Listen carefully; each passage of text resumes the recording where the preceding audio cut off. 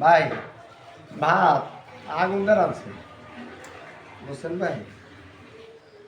রান্না গেছিলাম পানি দিয়ে, তো পানি দিয়ে না রাঁধে রাঁধছে আগুন দিয়ে।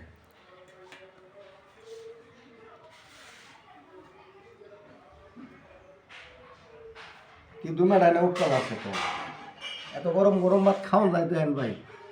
এই হলাম ইলিশ মাছ। কি মাছ? ইলিশ মাছ। আই হ্যাঁ রে চা খেয়ে ভালো লাগে।